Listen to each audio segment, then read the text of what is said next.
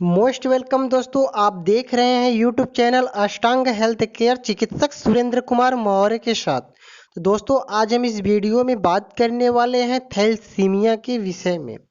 तो दोस्तों, थैलेसीमिया अबोध माता पिता द्वारा अपनी संतानों को दिया जाने वाला एक असाध्य रोग है जो धीरे धीरे फैलता जा रहा है।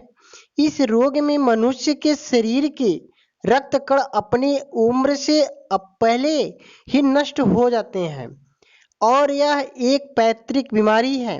थैलेसीमिया नामक बीमारी प्रायः आनुवंशिक होती है और इस बीमारी का कारण है रक्त दोष। इस बीमारी में लाल रक्त कणों में दोष आ जाता है। अक्सर इस बीमारी का शिकार होते हैं नवजात शिशु को। सामान्य रूप से लाल रक्त कणों की उम्र कभी करीब 120 दिनों की होती है, पर इस रोग के कारण इनकी उम्र सिमट कर केवल 20 दिनों की हो जाती है और उसका हीमोग्लोबिन पर असर पड़ता है, जिससे उनकी मात्रा कम होने लगती है। परिणाम स्वरूप बच्चे की मौत होने की संभावना हो जाती है। तो दोस्तों, इस रोग से ग्रस्त बच्चा 5 वर्ष से ज़्यादा नहीं जी पाता। इस रोग का पता तब चलता है जब 25% इस मर्ज के द्वारा गंभीर रूप से प्रभावित होते हैं, जिनका इलाज कोई दवा नहीं हो पाता, बल्कि जीने के लिए बार बार खून चढ़ाना पड़ता है।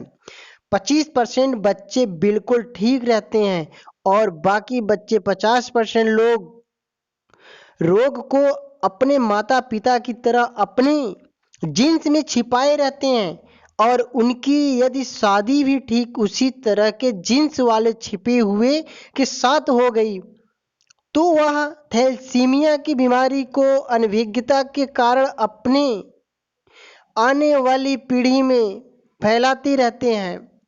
वैसे तो इनकी खोज सर्वप्रथम 1925 में सर थॉमसन कूली ने की थी। सर थॉमसन कूली अमेरिका के एक मशहूर बाल रोग विशेषज्ञ थे। इन्होंने एक ही परिवार के और एक ही देश इटली में आए कई बच्चों में कुछ अजीबो गरीब लक्षण नोट किए, जो इस प्रकार हैं दोस्तों। सारे बच्चे कम उम्र के 1.5 साल के थे। सारे बच्चों को खून की अत्यधिक कमी मिली। सारे बच्चों में तिल्ली, स्प्लीन, जिगर, लीवर बढ़ा हुआ मिला। सारे बच्चों में सिर की हड्डी तथा चेहरे का ऊपरी जबड़ा जरूरत से ज्यादा बढ़ा हुआ। सिर के एक्सरे में खोपड़ी की बाहरी परत जरूरत से ज्यादा पोली हो जाती थी। सर थॉमसन कूली ने पाया कि किसी बच्चे में यह बीमारी ज्यादा मात्रा में तो किसी में कम मात्रा में है। जिनकी बीमारी ज्यादा मात्रा में थी उन्हें नियमित रूप से हर दूसरे महीने खून चढ़ाना पड़ता था, पर उनमें कम मात्रा में ही उनमें कभी कभी खून देना पड़ता था।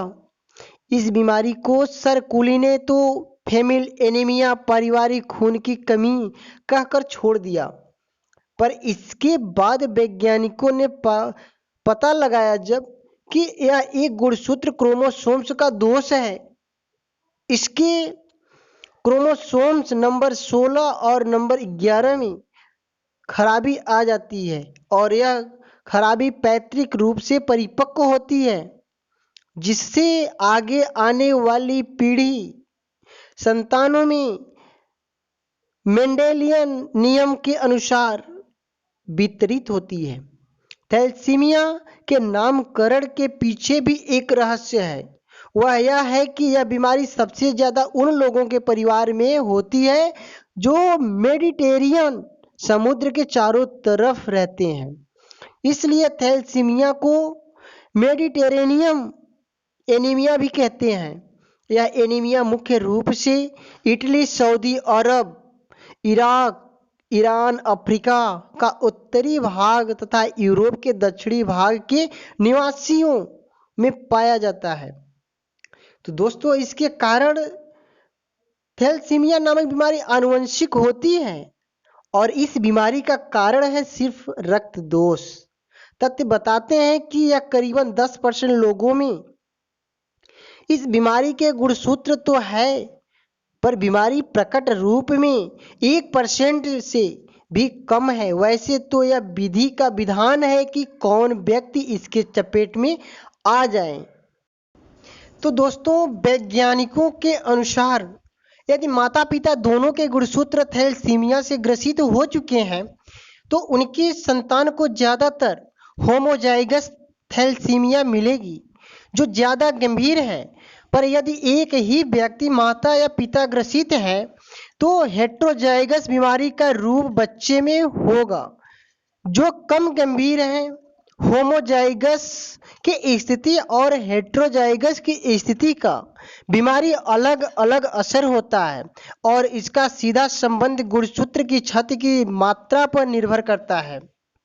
इसके अतिरिक्त क्षति की मात्रा भी बीमारी की गहराई पर प्रभाव करती है।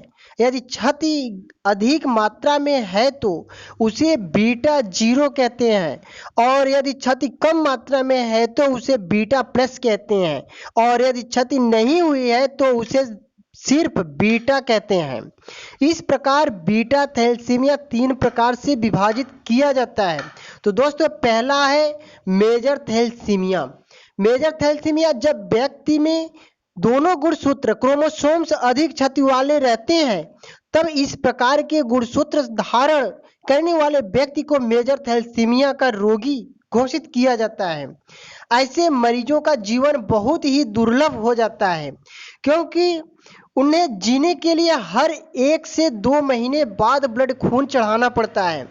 ये बच्चे उम्र के 6 महीने से अधिक बीमार पड़ते हैं और ज़्यादा से ज़्यादा 8 से 10 साल तक ही ये जीने की संभावना होती है। कारण यह है कि बार बार खून चढ़ाने से इसके शरीर में लौह तत्व की मात्रा इतनी अधिक हो जाती है कि अधिक लौह आयरन की मात्रा उतनी जिगर, हृदय, गुर्दा, तिल्ली में जमा होकर उनको नष्ट कर डालता है, जिसे लौहिक जहर कहते हैं। आजकल इस समस्या को दूर रखने के लिए जब जब खून चढ़ाया जाता है तब तब डिस्फराल के इंजेक्शन भी देते रहते हैं, जिससे कुछ हद तक लौहिक जहर शरीर के अवयवों पर नहीं जमा हो पाता और अंगों का विनाश रुका रहता है। परंतु पूरी सफलता इसलिए नहीं मिल पाती क्योंकि थैलेसीमिया बच्चा अपनी खुराक से ज़्यादा लौह आयरन घसीट लेता है।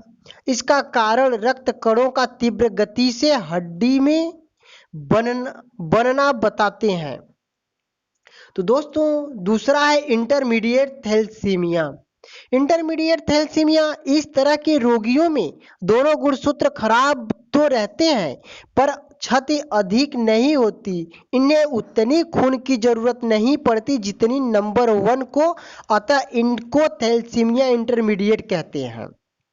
किसी रोगी में तो ये लोग बाहर से स्वस्थ जीवन यापन करते नजर आते हैं, पर जब इनका बच्चा रोग से ग्रसित होता है तब इनकी बीमारी खोज से पता चलता है। वैसे इनके खून का हीमोग्लोबिन हमेशा कम 8 ग्राम से 10 ग्राम तक ही रहता है, जबकि स्वस्थ व्यक्ति का हीमोग्लोबिन 13 ग्राम से 15 ग्राम तक होना चाहिए।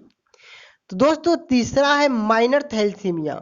माइनर थैलेसीमिया ऐसे थैलेसीमिया रोगी का एक गुणसूत्र तो स्वस्थ बीटा रहता है पर दूसरा गुणसूत्र या तो गंभीर रूप बीटा 0 से क्षतिग्रस्त है या फिर हल्के रूप से घायल क्षति है। ऐसे मरीजों को थैलेसीमिया माइनर कहते हैं। इनका हीमोग्लोबिन 12 ग्राम से 14 ग्राम तक रहता है, अतः अक्सर इन लोगों को अपनी छिपी हुई बीमारी का पता ही नहीं चलता। परिवार वृद्धि से लोग रोग फैलाने का काम बखूबी से निभाते हैं। सामान्य तौर पर स्वस्थ रक्तकण 120 दिन जीता है, पर थैलेसीमिया वाला रक्तकण 60 से 90 दिन ही जी पाता है। बीटा 0 वाला बहुत कम जीता है, लगभग 40 से 60 दिन। पर बीटा प्लस वाला खून कम जीता है, यानी 80 से 100 दिन तक। ये रक्त कण लीवर व तिल्ली की आरई कोशिकाओं के द्वारा खंडित किए जाते हैं। अतः थैलेसीमिया में पहले तिल्ली बढ़ जाती है, इसके बाद जिगर लीवर बढ़ना स्टार्ट हो जाता है। तो दोस्तों, थैलेसीमिया रोगी के लक्षण क्या हैं? तो जैसे कि इस बीमारी के शिकार बच्चों में रोग के लक्षण 4 से 6 महीने में ही नजर आने लगते हैं। बच्चे की त्वचा और नाखून में पीलापन आने लगता है। इतना ही नहीं, आंखें और जीभ भी पीली पड़ने लगती है। ऊपरी जबड़े में दोष आ जाता है और दांतों में विषमता, जिसके कारण बच्चे के चेहरे में भद्दापन आ जाता है। त्वचा का रंग गहरा होने लगता है। यकृत और प्लीहा की लंबाई बढ़ने लगती है। बच्चे का शिकार रुक जाता है। उसकी लंबाई और वजन का उम्र के हिसाब से विकास नहीं हो पाता। तो दोस्तों, मेरा टॉपिक यहीं तक है, थैलेसीमिया। तो अब दीजिए इजाज़त। जिंदगी रही तो फिर मिलेंगे अगली वीडियो में कुछ नई सोच और कुछ नई खोज के साथ।